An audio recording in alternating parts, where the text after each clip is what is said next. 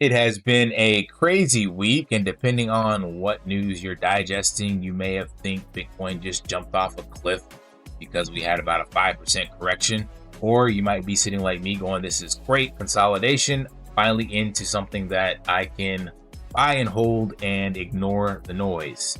So we're going to dive into what happened over the last week and where we're going to from here. So stay tuned. Bitcoin is booming. Are you cashing in or missing out? At Drip2 BTC, we're rewriting the rules of Bitcoin investing.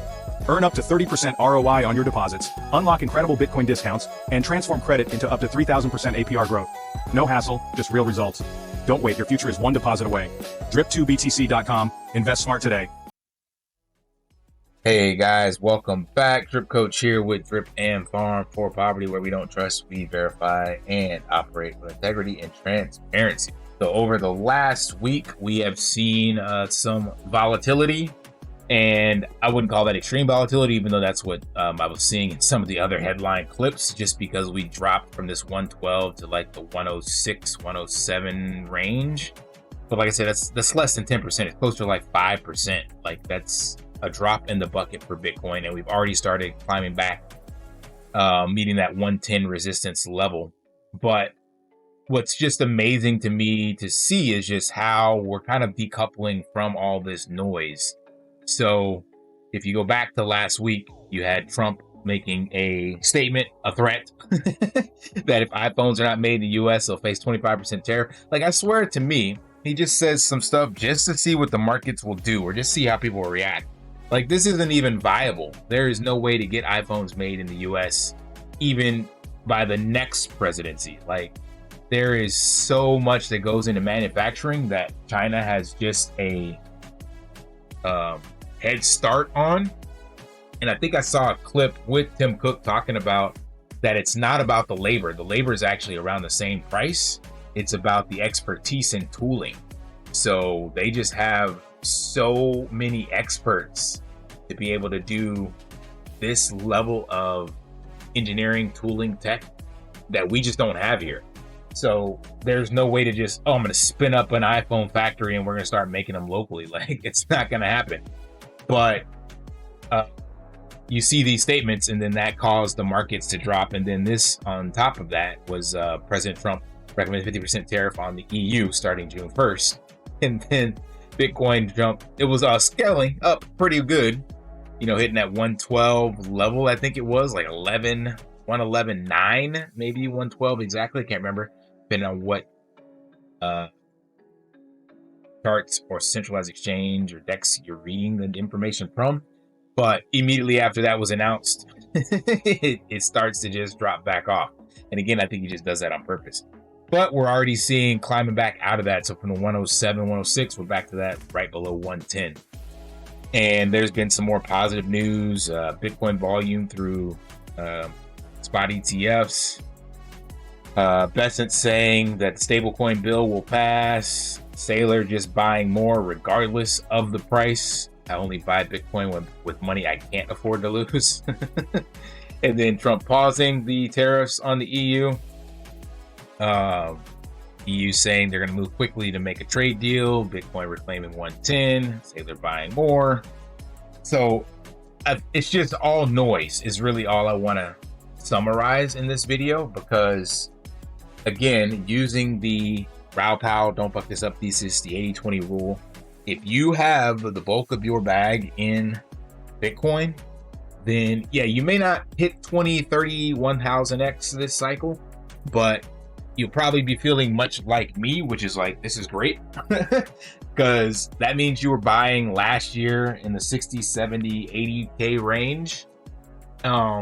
And we're up from there. So even if, like, for me, just started dollar cost averaging aggressively starting in like January, which means I also caught some lows and bought some dips at like 74, 76, I think I was early this year.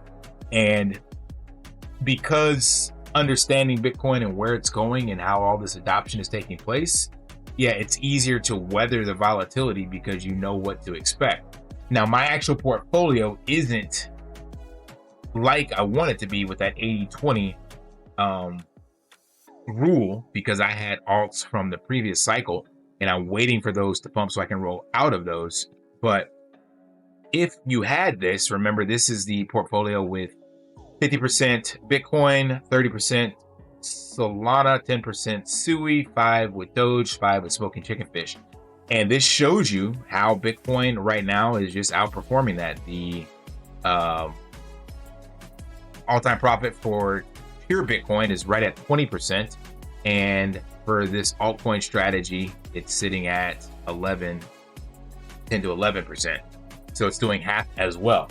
Now, that ties into, I think I was listening to Cryptos R Us, where he was talking about this altcoin season that we haven't really seen will probably be delayed and go well into like next year. Now, technically speaking, we have already seen the first leg of altcoin season that goes to Banana Zone Phase 1. And I know that for a fact because BNB and Cardano, I had from last cycle, and the average buying price for BNB back then was like 400 to 500. And Cardano, I showed you guys when I bought that twice on my channel, it was right at the 30-cent mark, 33%, 35 cents. So that has doubled still. So we already have seen a pump in the alts, and even Sui was like around $2. They got all the way to 5, and now it's kind of course corrected. So alts have definitely already rallied, and this goes back to again what Raoul Pal was saying. Like if you're upset because your bag hasn't pumped, then you just got into the wrong tokens. You picked a bunch of shit tokens. So technically, if you're following any of that stuff and following my journey, seeing the mistakes that I made from last cycle, then you should be sitting in a much better place right now.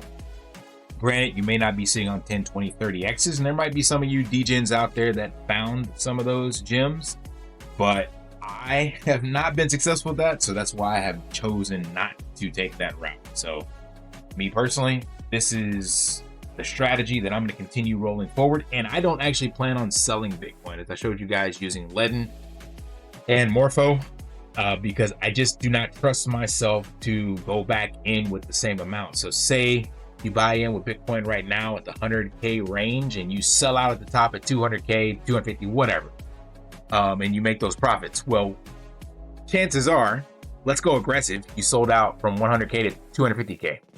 So you made a 2.5x return. Well, that means you took profits with that. And are you going to go back in with the exact same amount and be able to get back in at 100K next cycle? That's too many unknowns for me. So it just doesn't make any sense. And again, Raoul Pal mentioned that where he quote unquote timed the bottom and the top with the, I think it was 2017 cycle. He bought in at 2 and got out at like 10 or 20, and it went on to go to 30 or 40 or something like that. I can't remember. He got out like 5X's and it went up like 20X. So the point is, you cannot time the market. We all know that phrase. It's all about time in the market, not timing. So for me, my personal goal going forward is, just to continue to stack sats. So kind of like Michael Saylor said, he'll be buying Bitcoin at the tops. And one of his recent tweets that if you're not buying Bitcoin at all-time highs, you're leaving money on the table. And that's just basically about dollar cost averaging, because you are indeed leaving money on the table if you're trying to approach this like a trader. And the bulk of you guys, I'm sure, that follow my channel, much like myself, we don't have that trading expertise. And even if you think you do, you are trading against AIs and I forgot the name. What is it? Aladdin, I think, is the name of the AI by BlackRock. It's like you just don't have a shot, you know? You might get lucky, and there are people that make money, but it's, if you're not able to like pay attention to this and do kind of daily short-term trades, yeah, I think it's just not worth the risk. So buy and hold and take a loan against your Bitcoin if you need collateral, or need capital, I should say. That to me is the best strategy. Yes, there's risk involved with the loan, but there's also risk involved with trading. So one way or another, all of us want to use our Bitcoin to enhance our lives to some degree, or use a crypto period. And you either got to sell it and take the risk of selling out at the wrong time, and or not getting back in with the same amount that you got out with. Well, the goal would be to get out with more, right? To get back in with more, if you plan on buying the low. But most of us, I'll speak for myself, I know I can't do that, and I will not be trying to do that. So strategy is just to buy and hold. That's it. So dollar cost average, continue to stay humble, stack sats, and ride this wave and enjoy it. So anytime there's a healthy correction, yeah, if you got some capital on the side, go ahead and reallocate. I took my buy orders that I had in sitting down here. I think I had them all the way down to the low 70s. From 90 to 70, I just moved them up to 90 to 105. I think I have them now, because I don't believe we're coming back down to these levels at this stage in the game. And even if we do, it's not like it's just going to go straight back down. So I can always move my buy orders down a bit. And that's just if you have capital sitting on the side. But anyway, TLDR, ignore the noise. We're going to see more volatility.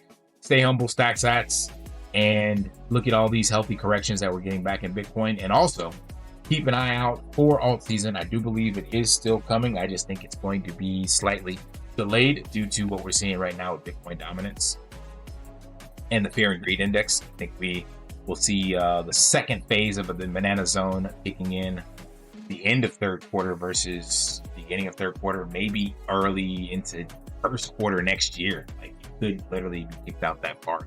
These are just my assumptions. So that just basically means I'll be holding on to these alts that I have, not buying anymore, but keeping the alts that I got and continuing to stack sats the entire time. All right, that's all I got. Smash that HBO special, help a brother out, like, subscribe, comment down below, and until next time, live daily and achieve your impossible.